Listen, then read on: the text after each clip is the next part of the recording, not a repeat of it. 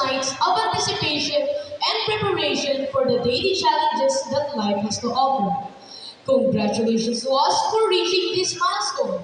We have all worked hard and persevered our challenges, and in the end, all of our efforts and hard works have paid off. Today marks the end of one chapter and the beginning of another, and we have all been proud of all that we have accomplished so far. May this day serve as a reflection of who we become as we mature on humility and responsibility.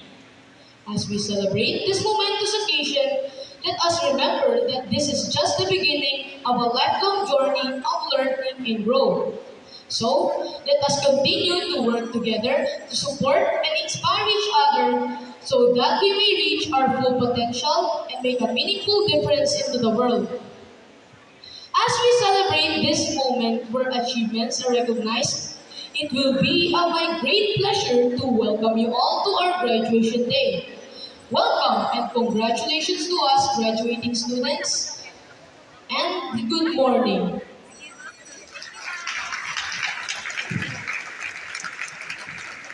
Thank you for that earnest welcome, Vicar. At this point, may I call our energetic and compassionate school principal to Sir Ruben C. Inoy for the presentation of the candidates for graduation school year 2023-2024.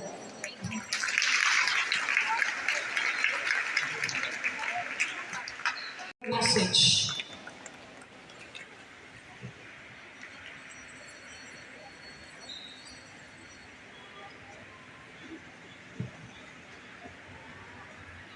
To our education program supervisor in values education for the division of Zamboanga del Norte, Dr. Janet N. Camara.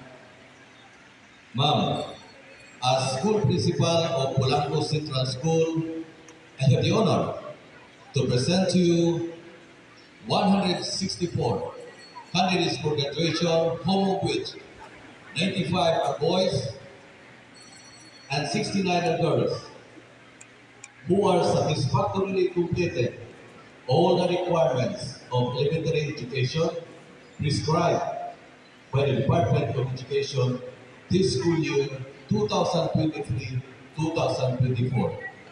Ma'am, they are the candidates for graduation for your confirmation. Thank you, sir. By the authority delegated to me by our school's division superintendent, Dr. Roy C. Tubalia, and upon the recommendation of your school principal, Sir Ruben C. Inoy, that you have satisfactorily completed the requirements prescribed by the Department of Education, I may now confer you graduates of Polanco Central School. You may now receive your diplomas with all the rights, honors, and privileges appertaining thereto. My warmest congratulations, graduates. Let's give them a round of applause.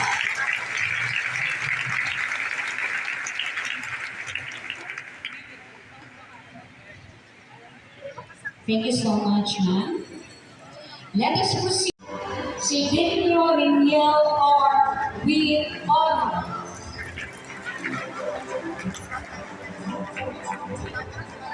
Celebrado Vicar Ray M. with high honor.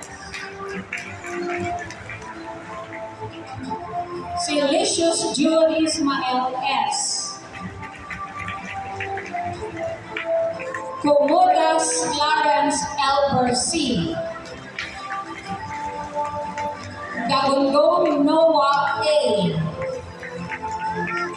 Dapin Iniego Frederick H. Gamuela Raymar L.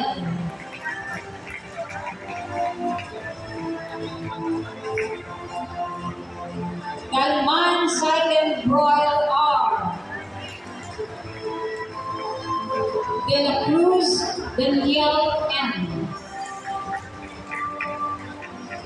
Dumusmo Alan 30C with honor.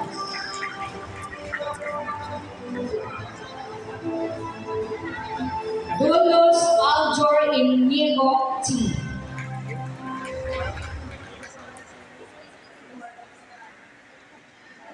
Eva Romar R. Elephant Jared C. Elamis Naki Justin V. with honor. Gamalik Nico Andre A. Ibonin Joshua P.